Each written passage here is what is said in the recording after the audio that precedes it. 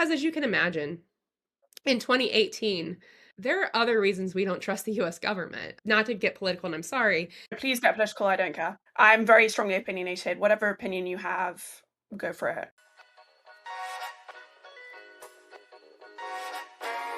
Welcome to Stan, the podcast where we dissect our enthusiastic and at times obsessive relationships with cultural phenomena. I mean, have you ever caught yourself unironically insisting that it's not just a phase? Or stayed up all night to finish that book that you just can't put down? Or have you ever had such a huge crush on a celebrity that it made your heart physically ache? I have. So join me as we figure out why certain things or people capture our attention and affection so well. I'm really happy that you're here. The way this interview revitalized my conviction that this podcast is worthwhile and these analyses of like little TV shows are worth elucidating is insane.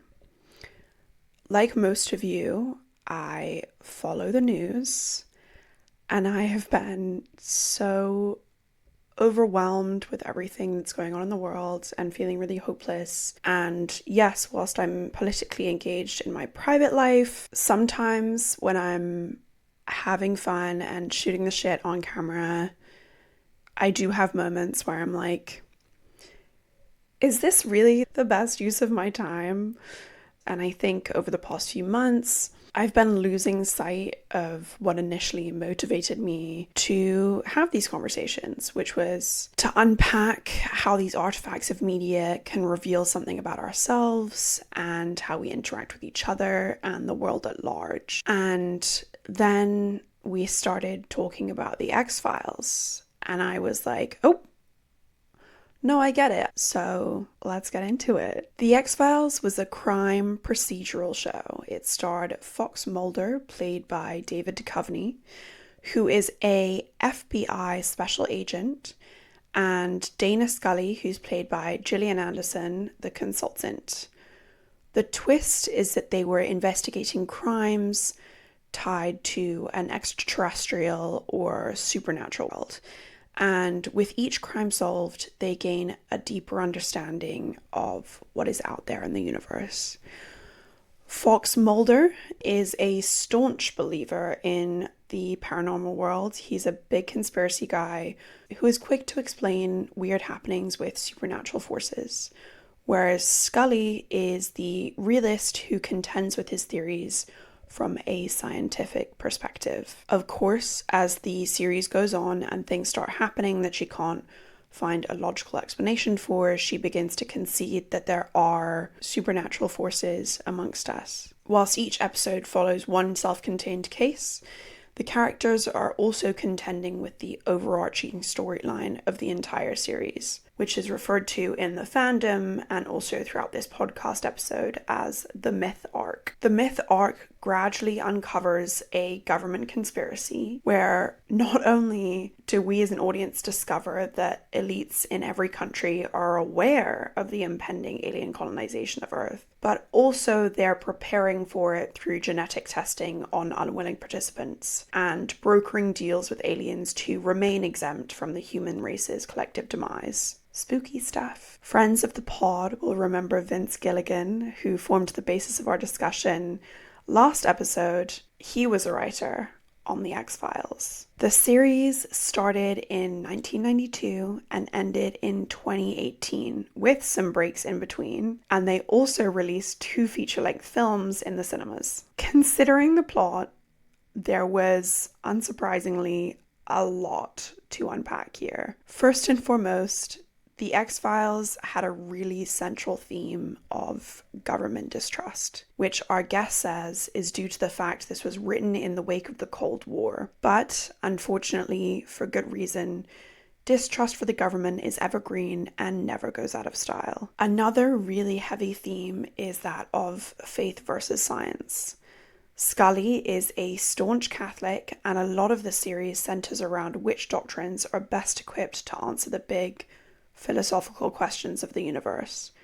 That of science or religion, or a secret third thing that people haven't really thought about yet, like aliens. In the face of all of this, there are a bunch of people in the fandom who have no interest in the existential questions that the X-Files raises. They are there only for the compelling romantic storyline between our two leads, Mulder and Scully. These people call themselves the MSRs. Others think that the romance is incidental to the real plot and make fun of those who center the romance, called the no-romos. This meant that the conclusion of the series, which focused on the myth arc rather than the romantic storyline, was really dissatisfying for a lot of viewers. Also, these two groups frequently come to digital blows over which is the correct way to enjoy this TV show. As our guest Neoshia confided, these kinds of conflicts can be really off-putting, and they actually prevented her from being more involved in the fandom at large, which is a shame because, as she mentions, sci-fi and fantasy have traditionally created safe spaces for marginalized people because as genres, they invite a reimagining of hierarchies and power dynamics which aren't present in our current socially constructed world. This is just one of the many thoughtful insights I got from Neoshia. She is a certified fangirl and a connoisseur of television. We went on approximately 3 million tangents about different films and TV shows and how they shaped our lives. She has put so much thought and time and effort into the fandom community. I had so much fun filming this, and editing it down was extremely difficult. I hope you enjoyed the conversation as much as I did.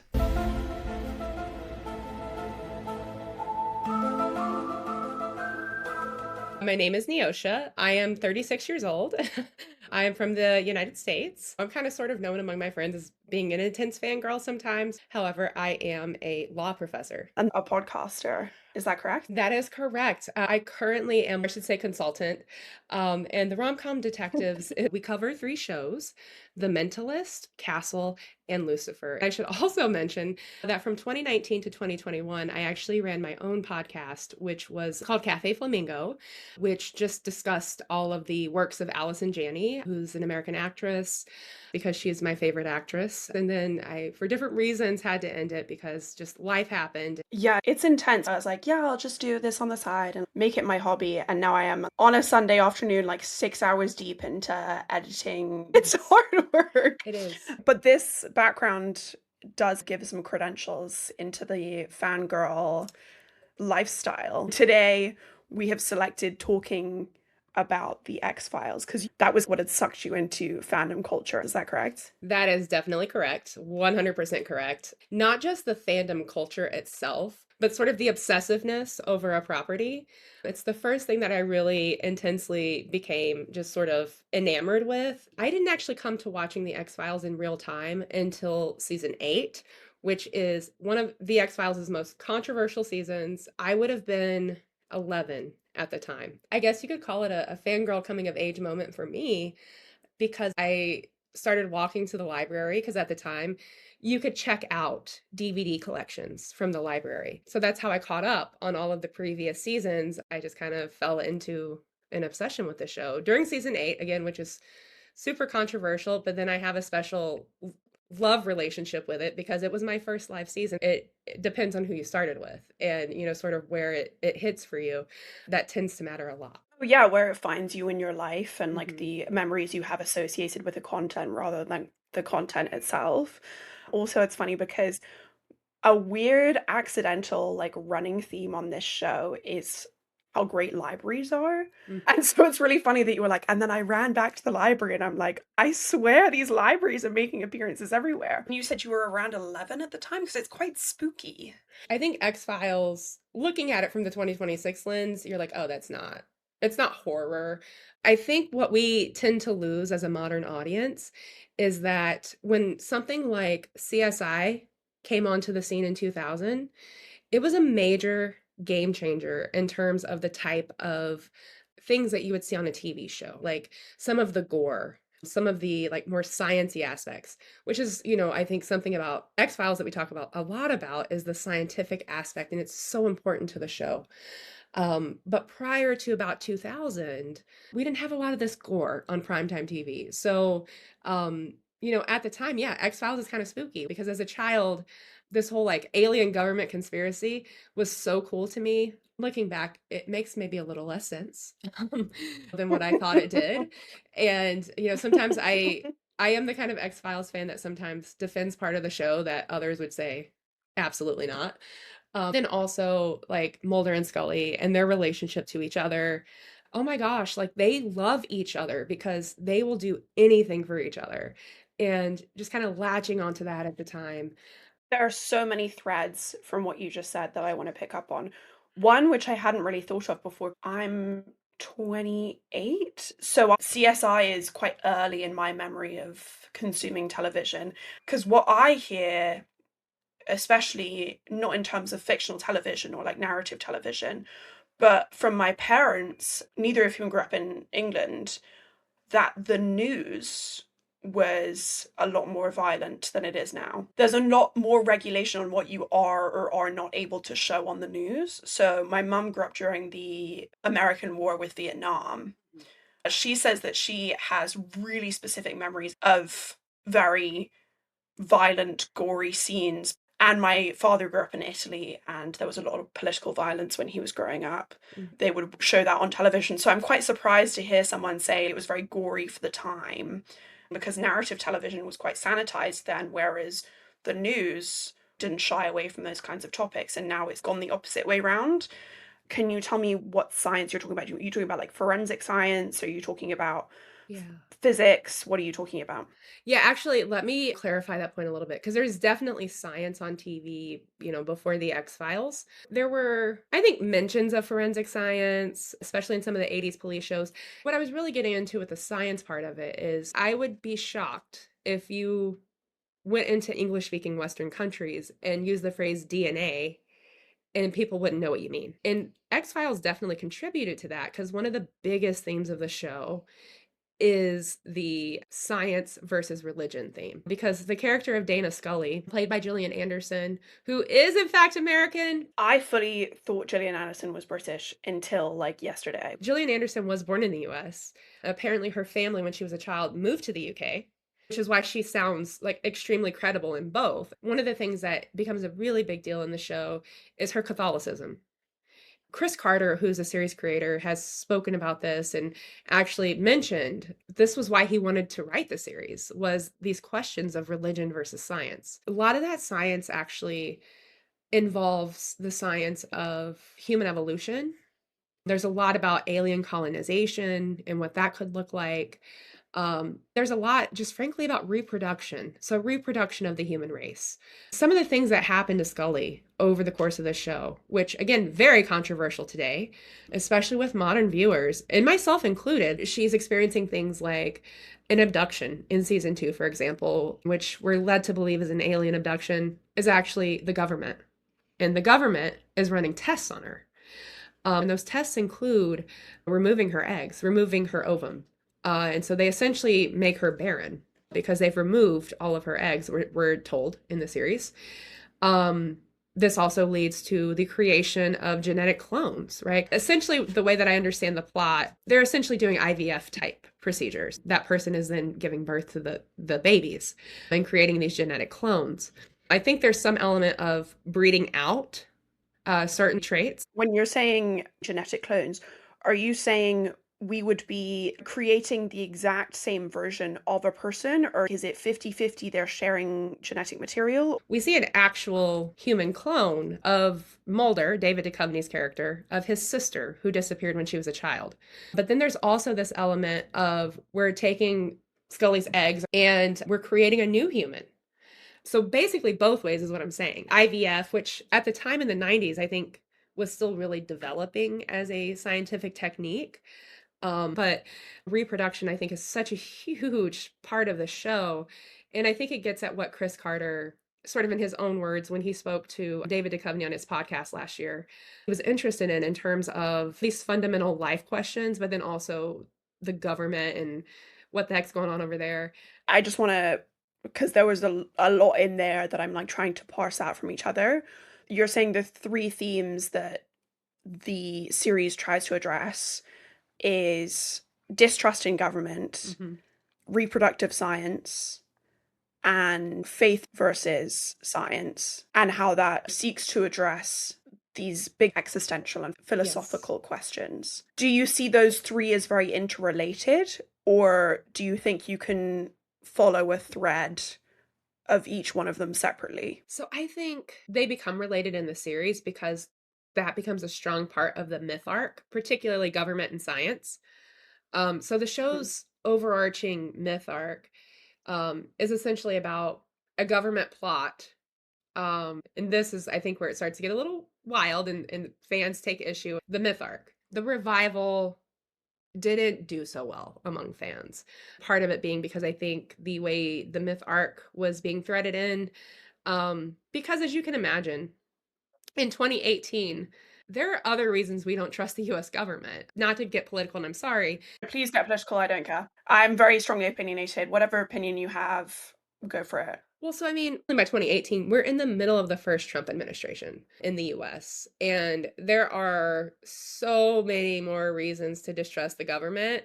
There's also, I think, other societal issues that we could be discussing at this time in 2018. Following that myth arc from 1993 to 2018, I think is kind of crazy, to just be very blunt about it, because by 2018, the world has changed so much. It has changed so much. People kind of made fun of Jillian and David for doing this, but they posted a photo where they were kneeling in solidarity with Colin Kaepernick of the NFL and Black Lives Matters in the US. People made fun, like, oh, this is performative activism. There is some acknowledgement, at least, that by 2018, which is the show is almost entirely built on this US Soviet Union relationship. But by that time, the US has so many more pressing government issues, also scientific ones, that we could be discussing and using to sort of push the myth arc along. But it never changes really. It keeps on the same path of we don't trust the government. And also let's talk about how they're using reproduction to essentially engineer a new population. Because that's where this is headed, is that there's a government conspiracy, and maybe I'm putting too much of modern perspective on this, so I will acknowledge that. But this oligarchy essentially is going to continue its legacy, right? They all send one family member to be abducted, experimented on, whatever. So that's why Mulder's sister, we see cloned versions of her.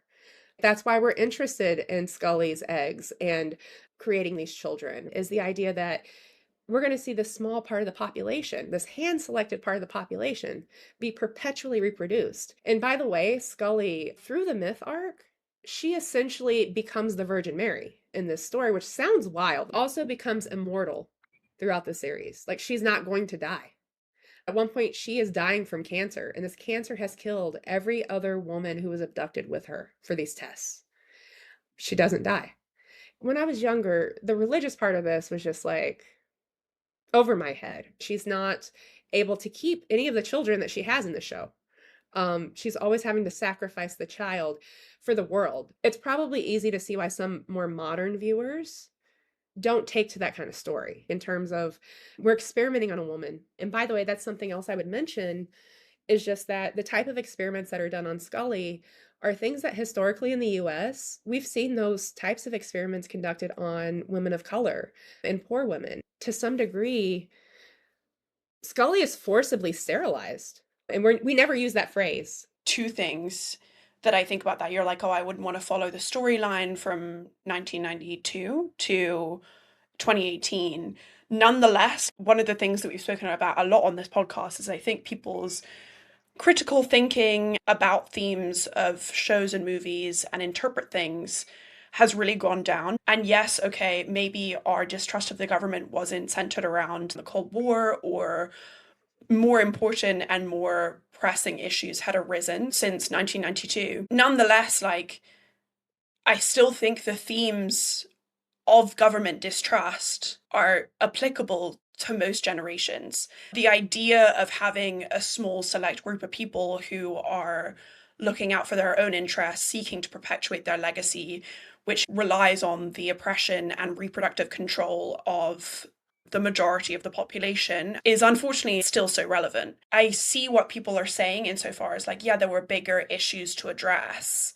And I'm like, but did they need to spell it out for you? Because unfortunately, this happens a lot. And if we can't recognize patterns through history or watch something and think, like that does relate quite deeply. For instance, you said forced sterilization. There was so much forced sterilization of native populations that should be recognized. It's not like, oh, this is so far-fetched. Unfortunately, it's not far-fetched. And as well with this whole declining birth rates in the US that aren't actually declining, it's just like specific groups of people that they are wanting to reproduce, and like all this scare about replacement theory, which is utter bullshit. But these things, yes, okay, maybe they're not as relevant in terms of like the actual technology of IVF or cloning, but if audiences could just take a hot second to think a little bit more deeply under the surface level of what is happening in the narrative structure, the metaphors and the themes still hold true. It's funny about now we're having all these conversations in the US and I guess in the UK about reproductive justice. Even when I was a kid at school, I was studying like from where does life begin? And I know that in England, the church and the education system are very intentionally separated, whereas that's not the case in the US. And so if I was being told in a religious ethics classroom, the Catholics believe that life begins at conception, where we're not supposed to be told that. What happens in the US, where religion is very deeply ingrained in scientific lessons, they are so deeply intertwined. And when people say like, oh, this isn't relevant anymore, I'm like, no, it is. No, it's still relevant, and those themes are still relevant if you just think about things a little more critically than like the very surface level of the dialogue. I'm speaking from my opinion. I'm going to say that right now, on Yeah. all of this, in terms of how I see the show. But there's a couple of factors here at play with this particular show. First off, The X-Files is credited with creating the term ship in terms of we want that couple to be together in a romantic relationship. With that being said, I do think there is a division in the fan base even today in terms of people who will flat out tell you that The X-Files is just about the relationship of Mulder and Scully. If that's why you enjoy the show, that's why you enjoy the show.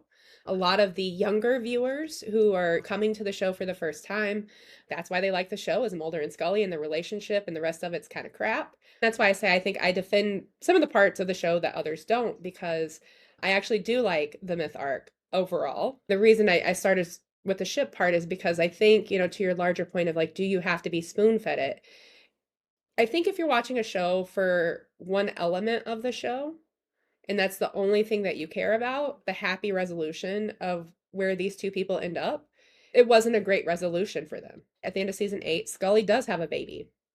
And we all believe that Mulder is the father. Scully doesn't actually get to keep this baby. She has to put him up for adoption for a variety of reasons.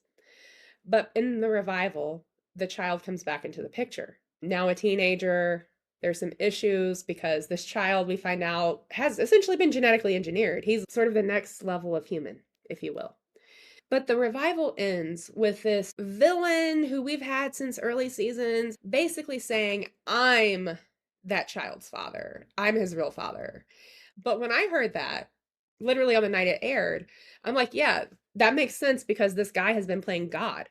This entire series, we have watched this man orchestrate different events throughout the government, organize murders, negotiate with these alien colonists. This man is finally stepping into, because this has been a running theme throughout the show, he's playing God, right? He's making these decisions about who goes into this new world order that he's created, right? He's making that decision. And so in his mind, that he enabled Scully to get pregnant through the scientific route. That's just sort of been how I saw his story this whole time. If it was a natural conception, it's sexual assault. There's no other way around that. And then it also challenges the narrative that Mulder and Scully have a child together and that Mulder is the father. If I were there for the Mulder Scully relationship, and that is what I am only invested in, which I know some fans are, again, this is not a value judgment on them, that revival would piss me off Okay. I would be angry. I would hate the myth arc. I get it 100%. But there is another side of the fandom that I think appreciates the sci-fi elements of this show. And for me, I will say this was very much a sci-fi fantasy onboarding experience. I mean, unless we're going to count the Magic School Bus, because I love the Magic School Bus as a kid, but this was sort of my onboarding experience into the genre. And there are fans who like it from that side as well. Then there's also been these historic fights between the two, which I think is just wild because I'm like, why do we care so much? But I'm the kind of fan that I like it all. Like I love the Mulder Scully relationship, which maybe is why I get why people hate the revival so much. This guy is actually Mulder's biological father. And so throughout the series, they have a different dynamic as well. Like, because sometimes they're really at odds, but you can tell that there's a part of this man that actually likes Mulder quite a bit. And there's an episode in season 6 where he essentially intimates that Mulder is his favorite son. Mulder is the Jesus of this whole story. Every single person seems to be assigned a biblical counter character. Yeah, because there's even this little group called the Lone Gunmen, who, when Scully has her baby, they're kind of shown as the three wise men at the hospital. To your point, I think, in terms of does it have to be spelled out, I do think if you're not watching it in the sense of like the broader theme of what maybe the creator is trying to do here, it just seems like it's about the Mulder Scully part. And if that's all I'm watching for, that's just it's not hitting in that way.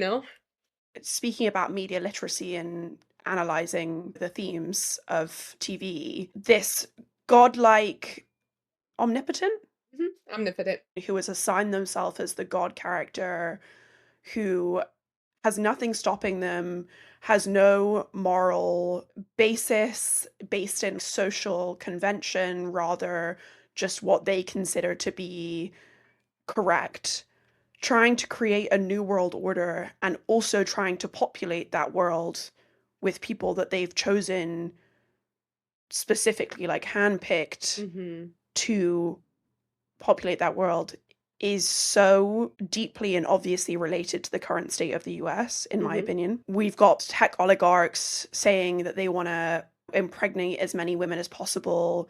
We have, who are those people who like the Collinses, I want to say, Yep. who were advocating for people to genetically engineer their children to be as intelligent as possible. The connections to me between 1992 and today are so obvious that it would make me sad that people are like, I don't know if this is relevant enough. And I'm like, baby, not prophetical. I don't like that wording. I've just got religious imagery in my head. Right. But it was very prescient almost to what we're experiencing now. Then on top of that, I think one of the things studying fandoms is that, like you said, that there's like an internal conflict, like, oh no, you're not really a fan because you don't appreciate this, or you're not really a fan because you started watching in 1996 rather than 1992. Like, Right. people will try to prove their dedication to the fandom and their superior intelligence about it by interpreting it in the correct way or Hmm. reading it in the correct way. This is a piece of media that has deeply touched you all, and I don't understand why you would have to like impose a hierarchy of interpretation on something that is intentionally complicated. That being said, I am very guilty of this. My partner is a big film person and we'll watch a lot of films together and we discuss a lot of films together, which is great and it's a lovely part of our relationship. But he makes fun of me because I often feel like female characters, a lot of their motivations are based in romantic desires, romantic jealousy, and the need to be loved rather than the greater good. And it really bothers me, especially the like gratuitous adding in of relationships that don't really work or aren't very compelling between two people that don't really seem that drawn to each other naturally anyway. Yeah. I'm so overly sensitive towards that insofar as it annoys me that her main motivation is being loved or being in this relationship or whatever. So very hypocritically, given what I just said, often err towards I appreciate it because it has these themes, like these political themes, and there's no need to simplify it by making this a ship because we want to see this specific relationship resolved in a Yeah. certain way. So yeah, I'm really caught between my two like competing opinions there. A really good example of this is, have you seen Honora? No, I haven't. There's a girl who's an exotic dancer. Mhm. She gets together with this billionaire person. He promises her the world, and he's actually just trying to like piss off his parents. Hmm. They get married, and the bulk of the movie is his parents trying to annul the marriage and her panicking because he's promised her the world. She's becoming more confident. She's demanding what she wants and what she deserves. She's aware of the fact that she's being screwed around. Hmm. And at the end of it, she's sent back to her original rental home. And there's, in my opinion, a gratuitous scene at the end where she has sex with the security guard that she has been like building a companionable relationship. They've started to feel safe around each other and respect each other. Hmm. And then at the end, she has sex with him. And it's a heartbreaking final scene, but I lost my shit at the end of it because I'm like, there was no reason without that scene. It could have been she was coming to terms with her own strength and intelligence and like her value of in and of herself separated from her sexuality, which is the only tool that she was used to beforehand. And then at the end, they just like undermined that whole process by making her come on to this like random person that they could have had a really lovely platonic relationship. I didn't see Anora, but I did actually see The Materialists, and I had a similar just sort of like thought about it in terms of the end. I went and saw it. I'm gonna be completely like 100% honest. I was like, oh, this has Pedro Pascal and Chris Evans. Same. She's a matchmaker. She ends up with, Chris Evans's character, who was sort of her, not really childhood sweetheart, but Yeah. he was sort of her original guy. But the reason they broke up in the beginning was because like he wasn't advanced enough, right? Like he was trying to be an actor, but he's Yeah. not making it. And she has all these like things she wants in life that he's not going to provide her. But Pedro Pascal's character already has all those things that he wants to provide her, but he also admits that he doesn't know how to love. She's navigating this like, do I want the material stuff where, a guy can give me everything I want? Or do I want love? And that's the whole movie. And I mean, she ends up back with Chris Evans's character. I just felt like there could be more there in terms of like the character development itself for her. Yes. Their relationship had no context, no chemistry, Mhm. nothing special about it. And she, in my mind, very happily could have ended up alone or could have met someone else. I was not invested in that relationship. And to me, the fact that she ended up with Chris Evans, it just proved to me that in the Hollywood formula, it could not end up alone. That would somehow be not an aspirational ending or satisfying to an audience, that she would actually be happy if she just was by herself. To link it back to the X-Files, and I think you're so right, I agree that it's lovely to have a relationship to root for, but I think maybe the reason I feel so strongly about this is as it relates to my own relationship to television is for so long I thought success and self-growth and self-actualization was dependent on finding my Chris Evans, on falling in love with a security guard, whatever. Yeah. I couldn't fathom a life where I could be independently successful or I could have a fulfilling story arc that didn't involve some great love. And because you're looking for the great love and because you're so desperate to feel like not only you have to have it, but you have to stick with it for a long time and get married and have that happy ending, I was willing in my early 20s and late teens to put up with so much because I was like, oh, this is all in service of building the successful, fulfilling life that I want. Yeah. If any young girls are listening to this, success is sometimes walking away from the loser who made you feel bad about yourself and Mhm. finding someone better to be around, okay? Success isn't about making them fall in love with you. You deserve better. Loved Legally Blonde, the first one. Because even though she ends up in a relationship at the end of the movie, it's with a different person altogether. She starts out wanting to go to law school so she can prove she's good enough to be with him. But then she finds her way. I mean, the girl is like independently smart and has so much to contribute to not only the world, but to any relationship that she would be a part of. And so, like, she basically found her own worth. And I think that's why that movie resonates so heavily with people. I think people devalue feminine qualities in the workplace. And it took me a super long time, and also the help of Legally Blonde, more than I'd like to admit, to realize that your kindness and your chattiness and your enthusiasm does not make you less smart. And if someone is trying to make you feel less smart because you're chatty and nice and dress a certain way, that person's insecure. Yeah. I'm going to go actually back to the questions because we've literally talked about every other movie other than The X-Files. You said you wanted to address the pronatalism in Yes. The X-Files. Yes, I actually have an academic article coming out about this topic in a couple weeks. When you mentioned the Collinses, I was like, yes, because they've been covered pretty heavily and talking about the X-Files as well, and a small group of people that gets to move forward. Because you're right, these are real world issues. Like we are seeing this play out in real time.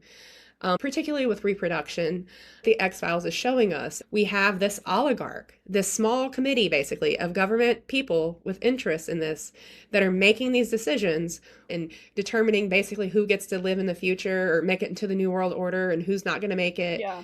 At some level, even though the show doesn't get to this specific level, we are talking about certain genetic traits that are going to make it too, because these are all wealthy white men who are a part of this group that are making these decisions. Yeah. And so Yeah. they're choosing, obviously themselves and their families. We're not reproducing into the future the people who we deem as unworthy. The pronatalism piece today with the Collins family, something that is overlooked by the people who are pushing this agenda. They're rich. I just want to be clear. I don't know the Collins family. I have no insight here other than what I've read in Washington Post, Vox, those places. But if I recall correctly, their plan is to essentially be pregnant every year for the next 10 years. This is not something that the average American can afford. Yet, you have people like the Collins who are in these news magazines talking about how we have to have more babies. It's our duty, it's our responsibility. Yet they have the resources for that. The average American doesn't. I was actually just preparing my slides for class for the week and looking at maternal mortality. And that's, the number of deaths that are related to pregnancy. If you're a person who's pregnant in a rural area, you are more likely to succumb to maternal mortality. It's also then by racial factors. So African American, American Indian, and now increasingly Hispanic women or people who are pregnant are more likely to succumb to maternal mortality. So this is all to say, the people who are pushing this pronatalist agenda, who are currently Yeah. working with the White House to sort of like brainstorm, how do we do this? Don't understand the economic realities of a lot of families in the US today, nor do they understand their own privilege, right? Because I think it's one thing for you to be a tech bro. Most American families don't know if they're even going to have healthcare next month or if they're going to have food. Yeah. The X-Files, the way I see it in a 2026 lens, is talking about these issues of pronatalism and citizenship and the government itself handpicking its citizenry. This has been a thing since the 19th century in the US, where we didn't like the immigrants who were coming. We didn't like Italians. We didn't like Greeks. We didn't like Jewish peoples who were coming here. We didn't want them to outproduce us. And by us, I mean the folks who sort of can become American easier than the so-called other. It's the same thing. It's the same conversation over and over again. Now we just have more technology, more ways for people like the Collins and their collaborators to have children. And that's fine for them. I think that's great that they're having children. But I think in that larger conversation is missing so much about the just average person and what they're going through. In fact, right now as we're speaking, the US is being hit with a major snowstorm. It's a complete whiteout outside my window. I spoke to a friend who was telling me that in her state, the teachers on Friday, because we knew on Friday that this was coming, packed lunches for the students for 2 days on Friday because there's a high likelihood that these children will have nothing to eat because we have a lot of families throughout the US who the children depend on school lunches. I'm sorry, this is a little bit outside of the X-Files, but influences maybe how I see it and the type of things that I think about when I see it and, the reproduction elements. I agree with you in terms of all of this pronatalism stuff. I think it's so intentionally narrow of who should be reproducing, and actually in a lot of places birth rates aren't falling. They're not amongst a specific group of people which we wish to see continue into the future, which I find extremely weird and hierarchical. On top of the politics of it, there's this whole movement in the US and I think in the UK too of recapturing of this myth of the 1950s household. A group of male friends were waxing lyrical about Timothy Chalamet's recent press tour, and I was like pushing back on it just because I was like, I don't think a female actress could have a run like this and be so confident and appear in so many places and not be torn to pieces. But he said, I just think it's really bleak that women don't want to have children. And I'm like, I'm sorry, you don't have any children of your own. And then, of course, we have Stephen Bartlett, who has come under fire. He's the host of The Diary of the CEO, talking about how do we introduce young men who aren't going to be able to pass on their genetic material to women. Mhm. So, beyond the political and the economic realities of who is able to reproduce without state support, without being able to feed their children, without being able to have a comfortable place to live and sleep, and we demonize people who are on benefits, and we demonize homeless people. It makes sense that people are like, okay, well, I can barely feed myself, so how the fuck am I going to feed a child? Before we had this resurgence of the manosphere in my early 20s, when I was dating people, and the division of domestic labor, how much you have to sacrifice as a woman in a heterosexual situation to have children with someone who isn't necessarily going to split that labor equally. And I've had this so many times where I've talked to partners and they're like, yeah, I really want to be a father. And I'm like, great. Okay. So can you promise me flat out that there will be an equal division? Not just doing the dishes. I mean, like, if one of the children is sick, are you going to take the day off work or am I? And none of them can say yes. And I'm like, until I meet someone like that, I don't desire to have a child. And then on top of that, now we've got the resurgence of the manosphere with people going around being like, what are you as a woman wanting with that degree? What are you as a woman like providing me as a man with value? I can talk about this from the US perspective, but like through women, through people of color gaining this economic independence and security, we don't have to sort of settle for these men. Women who have a college degree, who have their own job, their own bank account, you know, own mortgages even. They don't need to settle down with someone who has nothing to contribute. I can't remember who spoke on this. While they were raising their daughters to be independent, they didn't raise their sons to keep up. I think that's another economic reality that we haven't contended with pronatalism, because my sense is, I don't know this to be factual, people like the Collinses, they're going to be able to afford nannies when it comes to like one income, let's say it's $70,000, which seems like a lot, will not do much for a family of four, given the current economic situation here. So back to the X-Files. Yes. Can you tell me about your peak of loving it? I would say my peak was my teen years. I obviously still love the show, and I'm actually wearing my Mulder and Scully t-shirt right now. I did sort of kind of age into, I understand this concept of shipping because I do want this couple to be together. I did read fan fiction at the time. I would say something for me with the X-Files fandom. I don't know how to say this without it sounding bad to someone, so I'm just going to say it. I have had a very difficult time participating in the fandom proper. There are some very lovely people, but then there are also people who are so heavily opinionated that I just have a hard time engaging. So there's like the shippers and the no romos, so they don't want any romance. Oh my God, the girls are fighting. Yeah, The the girls are are fighting, and I actually like both. I like the overall show, and I like the ship. We call it MSR is what the ship is called. I will say I've had a hard time just because in 2016 I was on Twitter and I did, engage with the fandom and followed accounts. It was like, oh my gosh, this is the first time I'm ever in a actual X-Files fandom because I wasn't really online much until 2009. I never really had that community. In fact, I was kind of a weird kid, at least at my school, because I liked the X-Files and Buffy the Vampire Slayer. And most other people are like, girl, what are you talking about? Up until my 8th year of school, I was attending predominantly Black schools. I was sort of like in the minority of what we now call blerd culture. Black nerds. There's a site that I love. They run a blog. They're journalists. I love them. Black girl nerds. They're amazing. I just adore them to death. I've since learned more about that larger subculture because, like, when I was in school, this wasn't quite as common.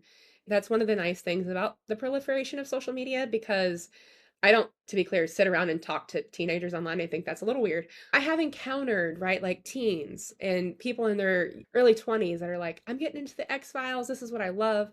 And it's like they have a space to talk about that. But at the time when I was, watching this at the height of my obsession, I didn't have that kind of community. Social media, for all of its ills, does create communities for subcultures to really come together and share information and things that they love and bond over it. Mhm. It can be a very, very unsafe space, but it is also creating a lot of safe spaces for a lot of kids who don't really have that. Right. Growing up in the 90s and 2000s, there was a lot of negativity around TV where, like, if you're watching TV, it's not seen as a very intellectual endeavor. That has shifted a little bit because of some of the more prestige shows. You mentioned a little bit ago about like people engaging the material, is it the literacy? In so much of the anti-trans movement, some of the people are just like, oh, I love the Matrix. And then you're just sitting there like, it's an allegory about the specific issue. It's just kind of embarrassing, right? I do think there's been this shift in terms of like the idea that watching TV or movies is somehow the lesser intellectual pursuit than maybe reading books. I think there is something to be said for the type of show that The X-Files is. It made it seem like there were all of these endless possibilities in the world. And it took my world from being super narrow into something that was more broad. There are all these different ways of solving issues or problems or thinking more broadly. Probably a weird thing to say about a TV show and how it influences you.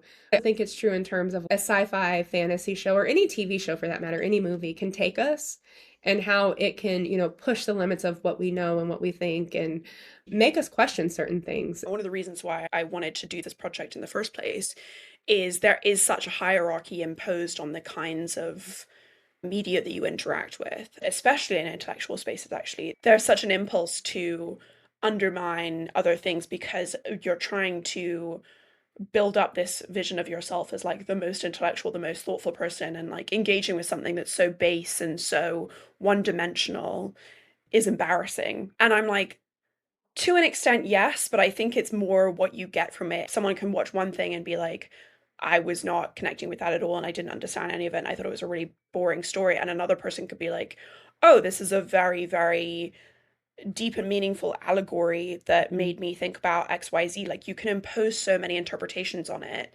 You mentioned how it like affected your perception and elements of your personality and the trajectory of your life and your career. Mhm. You said it made you more open-minded.